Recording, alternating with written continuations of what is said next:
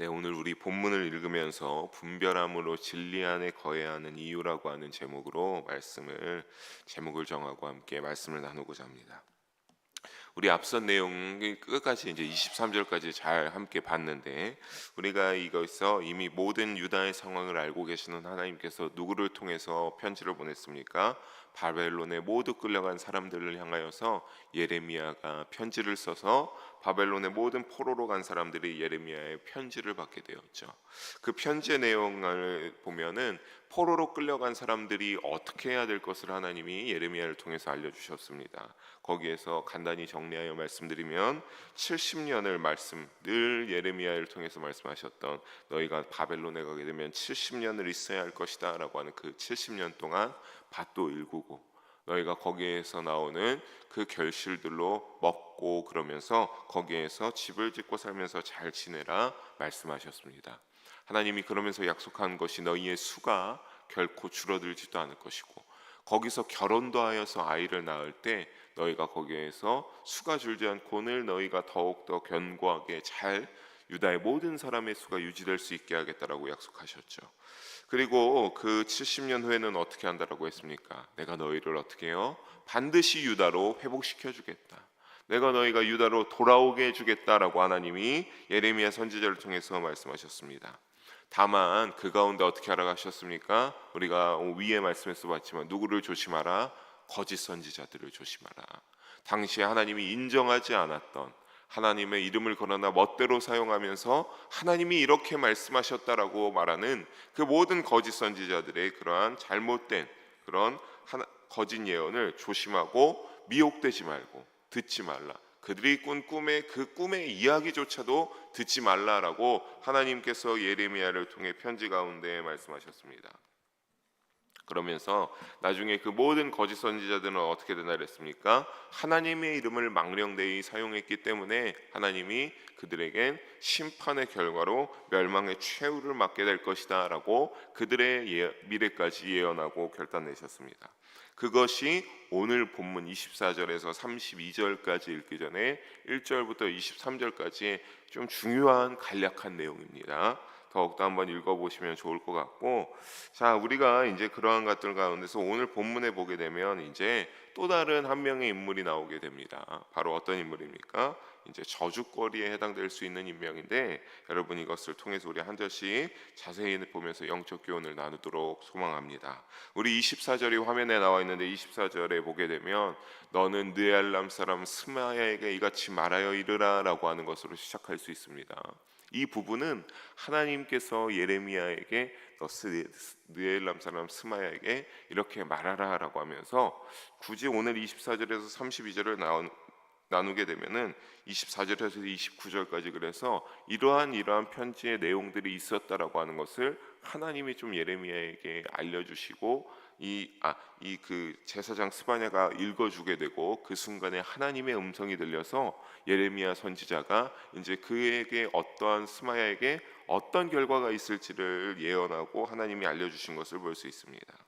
자, 이드엘람 사람 스마야, 이 스마야는 구약 성서에 보게 되면 오직 여기에서만 등장하는 사람이고 언급되는 인물입니다. 읽으면서 그리고 느끼셨겠지만 이 스마야라는 사람은 선지자이기는 했는데 예레미야 선지자와 전혀 이제 반대가 되는, 상반되는 그런 예언을 했던 그러한 대표적인 사람 중에 한 명으로서, 즉 구태여 정리하여 말씀드리면 어디에 해당하는 사람입니까? 거짓 선지자들 가운데 해당하는 사람, 바로 이 느엘람 사람 스마야입니다. 그는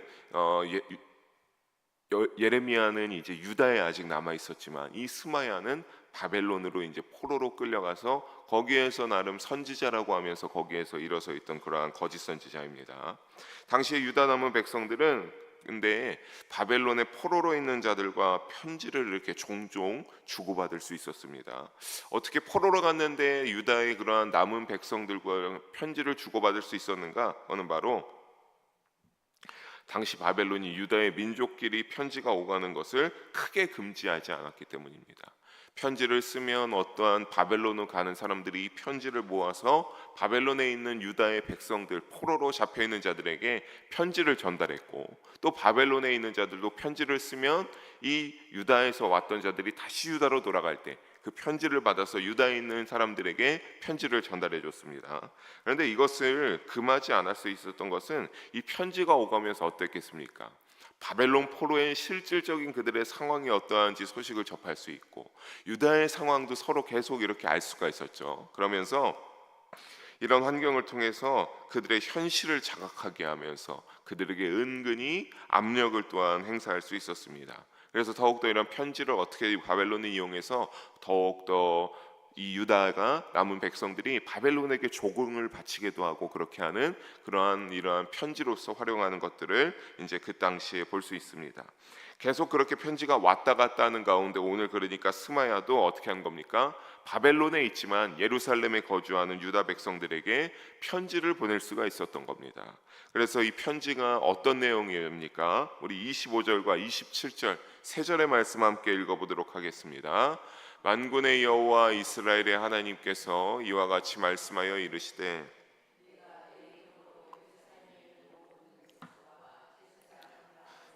들 스바냐와 모든 제사장에게 글을 보내 이르기를 여호와께서 너를 제사장 여호야다를 대신하여 제사장을 삼아 여호와의 성전 감독자로 세우심은 모든 미친 자와 선지자 노릇을 하는 자들을 목에 씌우는 나무고랑과 목에 씌우는 쇠고랑을 채우게 하심이오늘. 아멘. 27절까지 있습니다. 이제 내가 어찌하여 너희 중에서 선지자 노릇을 하는 아나돗 사람 예레미야를 책망하지 아니하느냐. 아멘. 바벨론에 우리가 초반에 25절에 보면 바벨론에 있는 이 스마야가 유다에 편지를 쓰면서 누구에게 편지를 썼는지 알 수 있습니다. 그러니까 상당히 많은 양을 썼는 거죠. 그냥 이 대표적인 어떠한 이름이 등장하는 제사장 마아세야의 아들 스바냐에게만 쓴 것이 아니라 누구에게요? 모든 이스라엘 그 유다에 남아있는 백성들에게 다 편지를 하나같이 쓰고, 또 누구에게요? 이 제사장 스바냐에게 쓰고, 또 그 제사장 스바냐 외에 다른 모든 제사장들에게 이 스마야가 편지를 다 직접 써서 편지를 보냈습니다. 그런데 우리가 여기에서 보면 다른 사람들이 그냥 예루살렘에 있는 모든 백성, 그리고 다른 제사장들이 나오고 있는데 이 스바냐라고 하는 사람만 제사장 마아세야의 아들 스바냐 제사장이라고 나오고 있습니다. 여러분, 이렇게 스바냐 제사장이 이렇게 나온 것은 그가 밝히고 있는 것은 막강한 영향력을 소유하고 있는 제사장이기 때문에 그렇습니다. 어떠한 힘을 가지고 있었습니까? 다음에 보면 그는 성전 감독자였습니다. 근데 우리가 26절을 이어서 보게 되면 성전 감독자는 어떤 파워를 가지고 있었습니까? 중반부터 성전 감독자의 임무가 어떠한지 나오는데, 다음에 보거든 모든 미친 자와 선지자 노릇을 하는 자들을 목에 씌우는 나무고랑과 목에 씌우는 쇠고랑을 채우게 할 수 있었다. 그러니까 이 성전 감독자는요, 당시의 성전 가운데 영적으로 질서를 흐트리고 와서 쓸데없이 미혹을 한다거나 하는 이런 사람, 거짓 선지자들을 어떻게 할 수 있었던 겁니까? 그들의 목에 나무고랑이나 쇠고랑을 채워서 그들을 심판할 수 있는 그러한 권한을 가진 사람이 바로 누굽니까? 바로 성전 감독자고, 그 사람이 바로 제사장 스바냐다라고 하는 겁니다. 이 영적 질서를 깨트려 혼란을 일으키는 사람을 심판할 권리가 있는 위치에 있는 제사장 스바냐, 이렇게 디테일하게 말하는 스마야에게 이런 글을 쓰는 이유가 있습니다. 27절을 이제 이어서 보게 되면 바로 이것이 스마야가 사실 예루살렘에 있는 스바냐 제사장과 다른 제사장들과 모든 백성들에게 편지를 보낸 궁극적인 이유가 여기에 있습니다. 누구를 책망하지 않았기 때문입니까? 예레미야 선지자를 왜 책망하지 않느냐? 너가 그런 선지자같이 미친 소리를 하고 성전의 질서를 흐트리는 이 예레미야라는 사람, 왜 너가 심판하지 아니하느냐라고 하는 그러한 이 스마야의 편지의 내용입니다. 여러분, 빨리 마음에 들지 않는 예레미야 선지자를 그러니까 어떻게 하기를 바벨론에 있으면서도 원한 겁니까? 빨리 저 예레미야 선지자가 좀 죽어야 되는데, 빨리 목숨이 끊어져야 되는데 하고 하는 것을 이 거짓 선지자들의 무리 중에 한 명인 이 스마야도 원하고 있다라고 하는 겁니다. 여러분, 이 거짓 선지자 한 명이 이렇게 원하고 있으니까 다른 거짓 선지자들은 어떻겠습니까? 말할 필요도 없겠죠. 동일하게 빨리 예레미야 선지자가 그 목숨이 끝났으면 좋겠다라고 생각하고 있는 겁니다. 왜냐하면 예레미야 선지자의 말이 참 선지자의 말이니까 영향력이 있고 그들의 모든 말들이 부정당하니까 그들의 영향력과 위치를 위하여서는 이 참 선지자 예레미야가 빨리 죽어야만 이들이 원하고 있기 때문입니다. 그리고 그들의 거짓했던 예언이 점점 힘이 없어지기 때문입니다. 그들은 거짓 예언을 했죠. 28절의 내용을 보면 편지에 예레미야가 선지자인 이 편지의 내용들, 예레미야가 선지자가 보낸 편지를 모두 읽었습니다. 이들이 그 편지를 읽고서 이렇게 바벨론에서 편지를 보내는 겁니다. 위의 내용에서도 봤지만 사실 이 거짓 선지자들은 어떻게 했습니까? 2년 내에 바벨론이 망하고 우리가 모두 유다로 다시 돌아가게 될 것이다 라고 이 거짓 선지자들은 말했고, 미혹당한 자들은 이 거짓 선지자들의 이러한 거짓 예언을 상당히 좋아했습니다. 하지만 여러분, 우리가 이전에 보면서 알았지만 예레미야 선지자를 통해서 하나님은 뭐라고 말씀하셨습니까? 거기에 몇 년 동안 있어야 된다? 70년 동안 있어야 되고, 거기에서 그 70년 동안은 집을 짓고 밭도 일구면서 너희가 먹을 것을 수확해서 먹고, 거기에서 결혼하면서 자녀를 낳고 너희 이스라엘 유다 백성들의 그 대대손손이 70년 동안 쭉 이어질 수 있게 그렇게 거기서 70년 동안 살아라. 그 70년 동안은 너희가 어떤 것도 할 수 없고, 하나님께서 말씀하셨죠. 포로로 끌려간 자들은 내가 반드시 몸도 상하지 않고 목숨도 잃지 않고 어떻게 하겠다? 다시 유다로 돌아오게 하는 회복의 역사가 있게 하겠다라고 했습니다. 스마야 선지자는 이 내용을 그러니까 알고 있는 것 같았죠. 알고 있으니까 28절에 이렇게 말하고 있는 겁니다. 하지만 여러분, 여기에 28절을 보게 되면 그 내용이 그냥 마음에 안 들었다라고 하는 그런 스마야 거짓 선지자의 불평불만 섞인 소리를만 들어있지, 가장 사실 중요한 대목이 빠져 있습니다. 어떤 중요한 대목입니까? 이걸 누가 말씀하셨습니까? 너희가 오래 지내야 하리니 너희는 집을 짓고 살며 밭을 일구고 그 열매를 먹으라 하셨다니라. 누가 말씀하셨습니까? 하나님께서 예레미야 선지자를 통해 하신 말씀이었습니다. 예레미야 선지자가 편지를 써서 한 것이 아니라 하나님께서 예레미야 선지자를 통해 그 편지의 모든 내용 가운데 하나님이 함께 하시고 성령의 영의 충만함으로써 교제하면서 이런 내용으로 예레미야 선지자가 바벨론 포로들에게 포로의 생활을 잘 감당할 수 있도록 하나님이 직접 그렇게 예레미야 선지자를 통해서 말씀하셨던 것이죠. 사람의 소리가 아닙니다. 사랑하는 성도 여러분, 이런 내용들을 보면서 스마야는 어떤 것을 알 수 있습니까? 이 스마야 선지자가 정말 굉장히 패역하고 악한 사람이다. 그리고 그가 거짓 선지자로서 굉장히 사단의 앞잡이로 사용되고 있음을 우리가 헤아리고 깨달을 수 있기를 주님의 이름으로 부탁드리겠습니다. 여러분, 예레미야를 무시하면서 하나님의 말씀도 완전히 경멸하고 무시하고 있기 때문입니다. 입술로는 하나님의 이름을 마구 사용하면서 거짓 예언을 퍼뜨립니다. 우리가 2년 내에 다시 유다로 돌아갈 것이다. 2년 내에 바벨론이 망하게 될 것이라고 하나님이 나에게 말씀하셨다라는 스마야의 거짓 예언. 이것이 얼마나 입술로는 하나님을 사용하지만 마음속에는 또 중심에 하나님의 마음이 믿음이 차지하고 있지 않은 그런 하나님 보시기에 얼마나 배은망덕한 일입니까? 여러분, 중심에 우리의 마음 가운데 온전한 믿음이 여러분 자리 잡고 있다고 하면요, 여러분, 우리는요 이렇게 행할 수가 없습니다. 왜 우리가 이렇게 행할 수 있습니까? 어떻게 함부로 말할 수 있겠습니까? 우리의 믿음은 언제나 우리의 모든 것을 보고 계시는 하나님인데, 우리와 늘 함께 하시는 하나님이고 우리를 사랑하시고 하나님이 잘못된 길로 갈 때 심판하신 것을 온전한 믿음으로 우리 중심 가운데 있어서 우리가 안다고 한다면 이 스마야 거짓 선지자와 같이 우리는 행할 수 없다라고 하는 사실입니다. 여러분, 믿음이 온전한 사람, 하나님을 의지하고 하나님의 모든 그러한 품성과 하나님이 우리에게 원하시는 말씀에 나온 것들로 살아가고자 하는 사람은요, 여러분, 이 스마야 선지자와 같이 멋대로 그 위치에서 권력을 휘두르고 힘을 휘두르고 남을 무시하고 남을 죽이고자 하는 이러한 정치적인 권력의 힘을 사용하지 않는 줄로 잊지 마시기 바랍니다. 믿음을 우선순위로 삼기 때문입니다.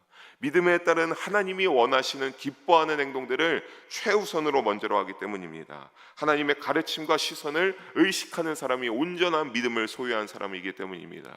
사랑하는 성도 여러분, 믿음으로 늘 깨어 있으셔서 주님과 동행함을 잊지 마시고 언제나 주님 가운데 나의 보이지 않는 부분도 때론 실수할 수도 있겠죠. 하지만 하나님 앞에 온전한 믿음으로 살아가고자 노력할 수 있는, 그래서 믿음으로 깨어서 주님과 동행하는 우리 모두가 되기를 주님의 이름으로 간절히 소망하고 축복합니다.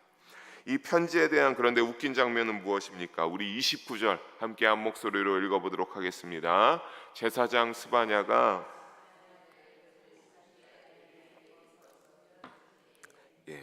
이 제사장 스바냐에게 이 스마야 선지자가 너희가 이러면 안 된다라고 편지를 보냈는데, 그 편지를 누가 읽어주고 있습니까? 이 제사장 스바냐, 당시에 성전의 감독 권리자로 권한 있는 제사장 스바냐가 누구에게 읽어주고 있습니까? 예레미야 선지자에게 읽어주고 있습니다. 여러분, 그러니까 이 편지를 받는 성전 관리자의 막대한 권력을 가지고 있는 이 스바냐 제사장이 예레미야 선지자에게 이러한 편지가 바벨론에서 왔습니다라고 읽어주는 것은 어떤 겁니까? 이 사람이 믿음으로 깨어있고 예레미야 선지자가 참 선지자라는 것을 조금은 알고 있구나라고 하는 것을 우리가 이 부분에서 느낄 수가 있습니다. 그래서 이 거짓 선지자 스마야와 제사장 스바냐는 결을 달리하고 있음을 우리가 알 수 있습니다. 즉 스바냐 제사장은 예레미야에 대해서 어떻습니까? 매우 호의적이고 그가 하나님의 참 선지자임을 느끼고 있었음이 분명하다라고 하는 사실입니다. 여러분, 당시에 사실 얼마나 예레미야 선지자를 무시하고 죽이고자 하는 그러한 거짓 선지자들의 들고 일어남이 굉장히 간혹했겠습니까? 하지만 그런 가운데서 제사장 스바냐는 중심을 잃지 않았습니다. 믿음을 잃지 않고 믿음대로 잘 이 예레미야 선지자의 말을 들어보니까 틀림이 없다라고 하는 그러한 마음 가운데 믿음의 울림이 있어서 이는 제사장 스바냐는 예레미야 선지자를 무시하지 않고 참된 말을 전한다라고 생각했던 겁니다. 여러분의 믿음의 삶도 때로는 여러분 고독하고 나 혼자 믿음을 지키면서 살아가야 되는 때가, 그런 때가 생각이 드는 때도 있습니다. 가족, 심지어 내 사랑하는 가족들에게도 그럴 때가 있죠. 하지만 여러분, 그럴 때 어떻게 해야 되겠습니까? 이 제사장 스바냐의 자세를 본받으시기 바랍니다. 그것 또한 영적 싸움이기 때문입니다. 여러분, 믿음으로 온전히 서서 때로는 그것 통하여서 사단이 그러한 가족까지를 통해서도 우리의 믿음이, 온전했던 믿음이 무너지기를 원하기 때문입니다. 여러분, 그럴 때마다 더욱더 기도하시면서 하나님께 의지하면서 고독하지만 쓸쓸하고 외롭지만 믿음으로 담대하게 나아가시기를 주님의 이름으로 부탁드리겠습니다. 여러분, 이렇게 편지 내용을 읽어주는 가운데 이 순간에 하나님이 말씀하여 주십니다. 예레미야에게 말씀하십니다. 어떠한 말을 하셨는지 30절과 31절 함께 읽어보도록 하겠습니다. 31절과 32절 마지막 두 절 함께 읽어봅니다.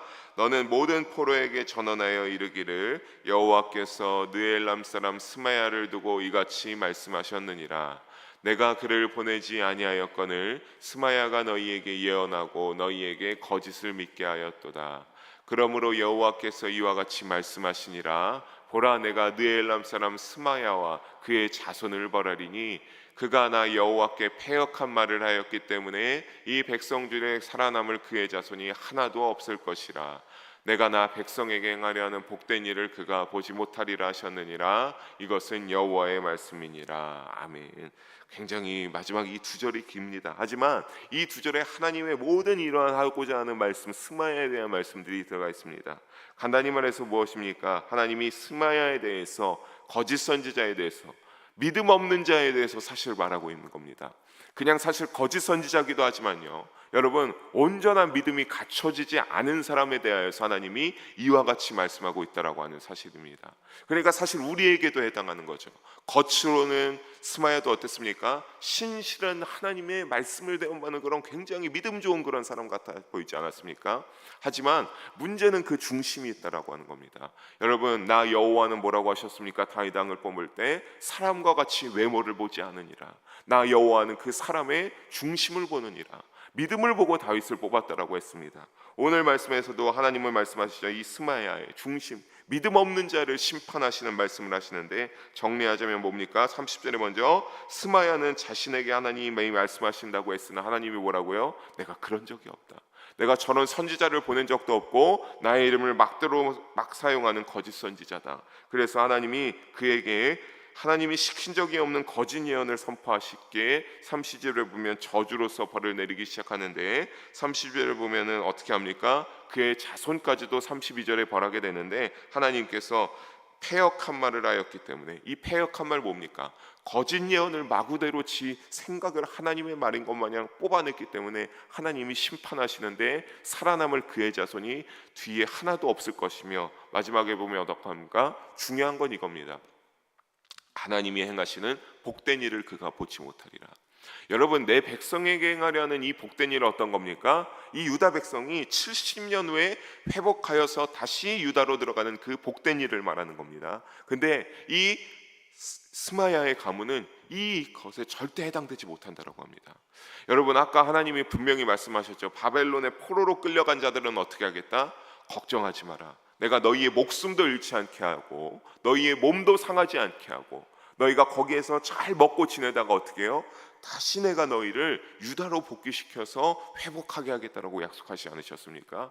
이 스마야도 거기에 해당되는 사람인데 하나님 말씀하시죠. 이 스마야와 그 자손들은 그것을 보지 못한다. 그 복된 일을 보지 못한다. 그러니까 결국에는 바벨론에서 목숨을 잃고 최후를 맞이하면서 그 가문이 끊기게 될 것을 하나님은 말하고 있는 겁니다. 여러분, 그러니까 사실 우리가 우리의 다음 세대에게 믿음을 전수해야 되는 것, 굉장히 이런 부분에서도 중요한 겁니다. 나의 믿음만을 강장히 하고 나의 혼자 그냥 내가 기도해서 하나님, 나의 아들도 이 믿음과 이 복이 이어지게 해주십시오. 하나님이 오늘 이 말씀에서 보면 그래서 요청하는 건 뭡니까? 우리의 믿음도 똑바로 서야 되지만 이 자녀에게, 자손에게 어떻게 해요? 믿음을 끊임없이 잘 가르쳐줘야 되는 겁니다.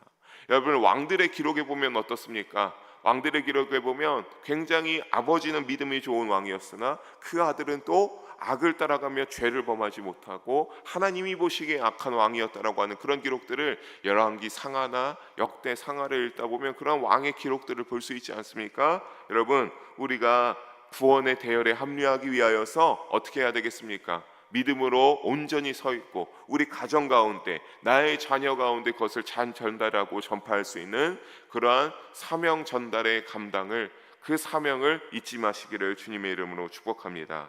왜냐하면 그렇지 않을 때, 믿음이 합당하지 않을 때 어떻게 됐습니까? 스마야는, 여러분, 사실 우리가 바벨론에서 유다로 가는 것 하나님이 구원하여 주시는 거 아닙니까? 우리에게 접목하면 어떻습니까? 우리가 이 땅 가운데 믿음 지키면서 하나님의 말씀에 순종하면서 살아가다가 우리 역시 이 땅 가운데서 삶을 다하고 하나님의 나라로 하나님이 이동시켜 주시지 않습니까? 이러한 것들이 굉장히 비슷하게 보인다라고 하는 사실입니다. 여러분, 그러니까 우리도 복된 일, 구원의 복된 일을 체험하기 위해서 어떻게 해야 되겠습니까? 믿음으로 잘 살아가시기를 주님의 이름으로 다시 한번 부탁드립니다. 사랑하는 성도 여러분, 말씀을 정리합니다. 우리를 오늘날에도 사탄은 어떻습니까? 늘 거짓과 모략으로 여전히 믿음의 자녀들을 공격하여 우리를 흔들어 놓기를 원합니다. 그 흔들어 놓고 그 믿음이 중심을 흔드는 이유는 무엇입니까? 그러다가 교회에서 멀어지고 하나님을 향한 믿음에서도 멀어지는 그 스타트가 바로 믿음이 흔들리는 시작점이기 때문입니다. 여러분, 지금도 주위를 둘러보면 우리 이 세상 가운데 얼마나 스마야와 같이 우리의 믿음을 흔들어 놓고 우리를 이렇게 방해하려고 하는 일들이 많습니까? 그럴 때 우리가 어떻게 해야 되는 겁니까? 더욱더 우리는 다만 이름만 다를 뿐 지금도 그러한 사단의 역사가 있는데 이런 세상 속에 때론 고독해도 우리는 어떻게 하기를 되겠습니까? 여러분, 예레미야와 같이, 스바냐 제사장과 같이 담대하게 믿음으로 나아가시기를 바랍니다. 여러분, 솔직히 어려운 일이 있을 때 때로는 우리의 힘으로써 내 사랑하는 사람의 일, 나의 일, 나의 자녀의 모든 일들 나의 힘으로 되지 않을 때가 있지 않습니까? 저도 자녀를 키우지만 자녀가 아프지 않았으면 좋겠는데 그게 뭐 내 마음처럼 됩니까? 그럴 때 믿음 있는 자들은 어떻게 하는 겁니까? 하나님, 다 그 자녀가 낫기 위해 병원도 데려가고 하지만 또 어떻게 해야 되는 겁니까? 믿음 있는 사람은 기도해야 하죠. 사랑의 하나님, 나의 사랑하는 자녀가 몸이 아픕니다. 낫게 해주십시오라고 기도해야 될 줄로 믿습니다. 어떤 상황 속에도 여호와 하나님의 마음과 뜻을 이해하고 올바르게 영적 변별을 이루는 우리 모든 영의 성도님들 되셔서 여러분, 구원의 결과, 사마야와 같은 저주가 아닌 구원의 결과가 임하게 되기를 주님의 이름으로 간절히 축복합니다.